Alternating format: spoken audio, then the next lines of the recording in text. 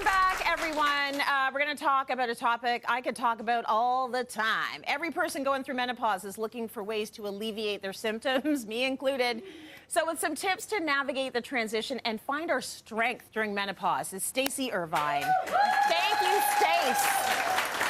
You have gone through this firsthand. Yes. So I'm hearing a lot about strength in menopause, and I love hearing it just because that's one thing that I love to do. I love to strength train. I love to train very heavy, and I've been doing it for many years, but I don't think it's ever been as important as now. Why is strength training so important through perimenopause and menopause? You're absolutely right with all the things that you said. Yeah. And strength is one way that we can look at this in a more positive light. Yeah. And I think that above everything, that is really important. Yeah. What are the good things about menopause? Menopause is the 100% club. The same as puberty, we're all going through it. Right. And it's going to happen. It's going to happen. Yeah. Our body changes, you know, our emotions change, our sleep gets destroyed. Like, there's just so many things going on. Yeah. But strength and exercise are the one thing across the board that will improve your symptoms, that will Right. keep you healthy. In my case, it was really a point of also my mental wellness. I needed something because everything was changing, and it does many times feel out of control. You're right. The other important thing is to have the conversation. Okay. It is one of the most marketed groups right now, women going through menopause, because they have a lot of spending power, and there's a lot of us out there. And there's many things saying we can cure this, we can do this, but you really need to have the conversations with your girlfriends, with your doctor, with your health provider, with your personal trainer, to say, how am I actually going to do this? So we have a couple rules that I'm going to kind of basically go through and say, rule number one, the workouts that you were doing before menopause and before perimenopause aren't going to have the same benefit as now. Right. So you have to make a change and just accept that things are changing, your body is changing, you're going to have some acceptance with all of that. Can we talk about what we might have been doing before? Because I think what a lot of women have been obsessed with in their 20s and 30s is cardio. Yes. So there's a lot of running on a treadmill for a really long time, or there's a lot of high intensity interval training, which, you know, have a time and a place. They do. But really long runs and really intense runs are not necessarily the best thing for your hormones anymore, are they? They are not. They are not. So the time and the place was, like you said, 20s and 30s for those types of workouts. Yeah. Now it's all about heavy weights and strength training. Right. This is the time and the place for that. So just text my personal trainer and let him know.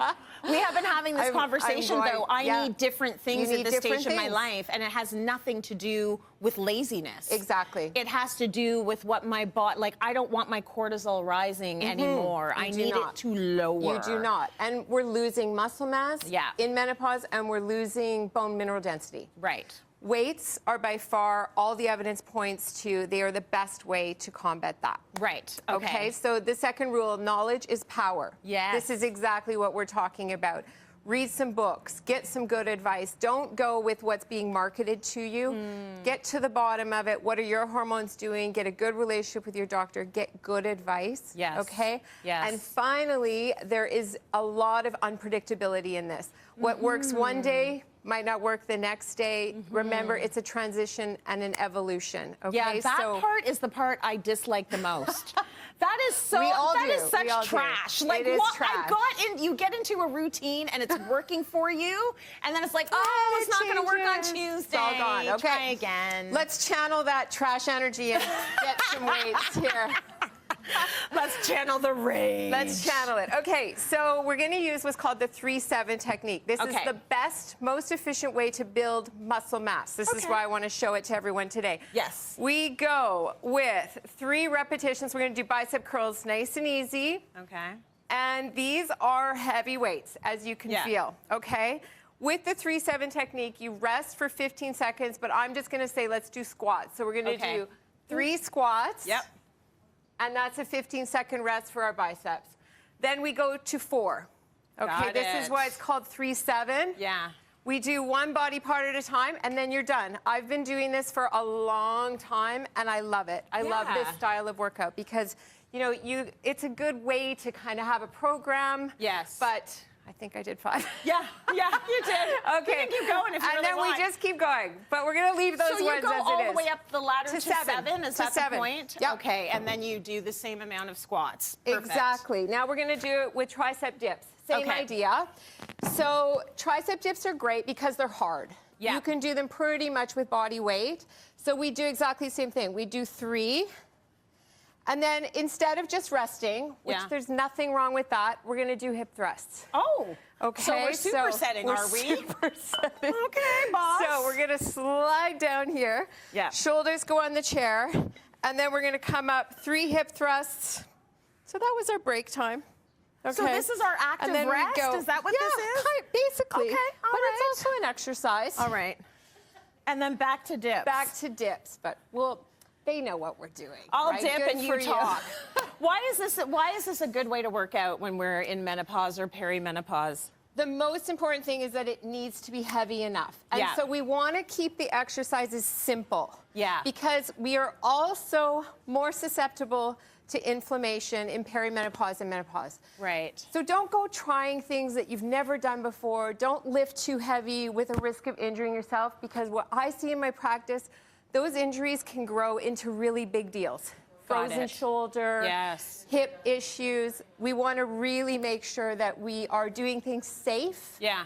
And we can keep it simple. It just needs to be heavy. So this isn't the time to start doing hurdles? Oh boy, do I have a story about that. I thought I was Perdita Felician for a second. This was actually when I was before perimenopause. I love it. And everyone in my class was doing hurdles, hurdles, hurdles. I'm like, I can go higher, I can go faster. Bang.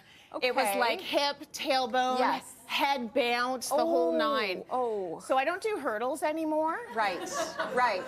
But this is easier than hurdles. Deadlifting, squats, thrusts, all of those things. I love big muscle groups. Me too. Yes. And they're really going to pay off. Yeah. When you're going through this transition. It's a Stacey, strong thank transition. you. We appreciate You're very you.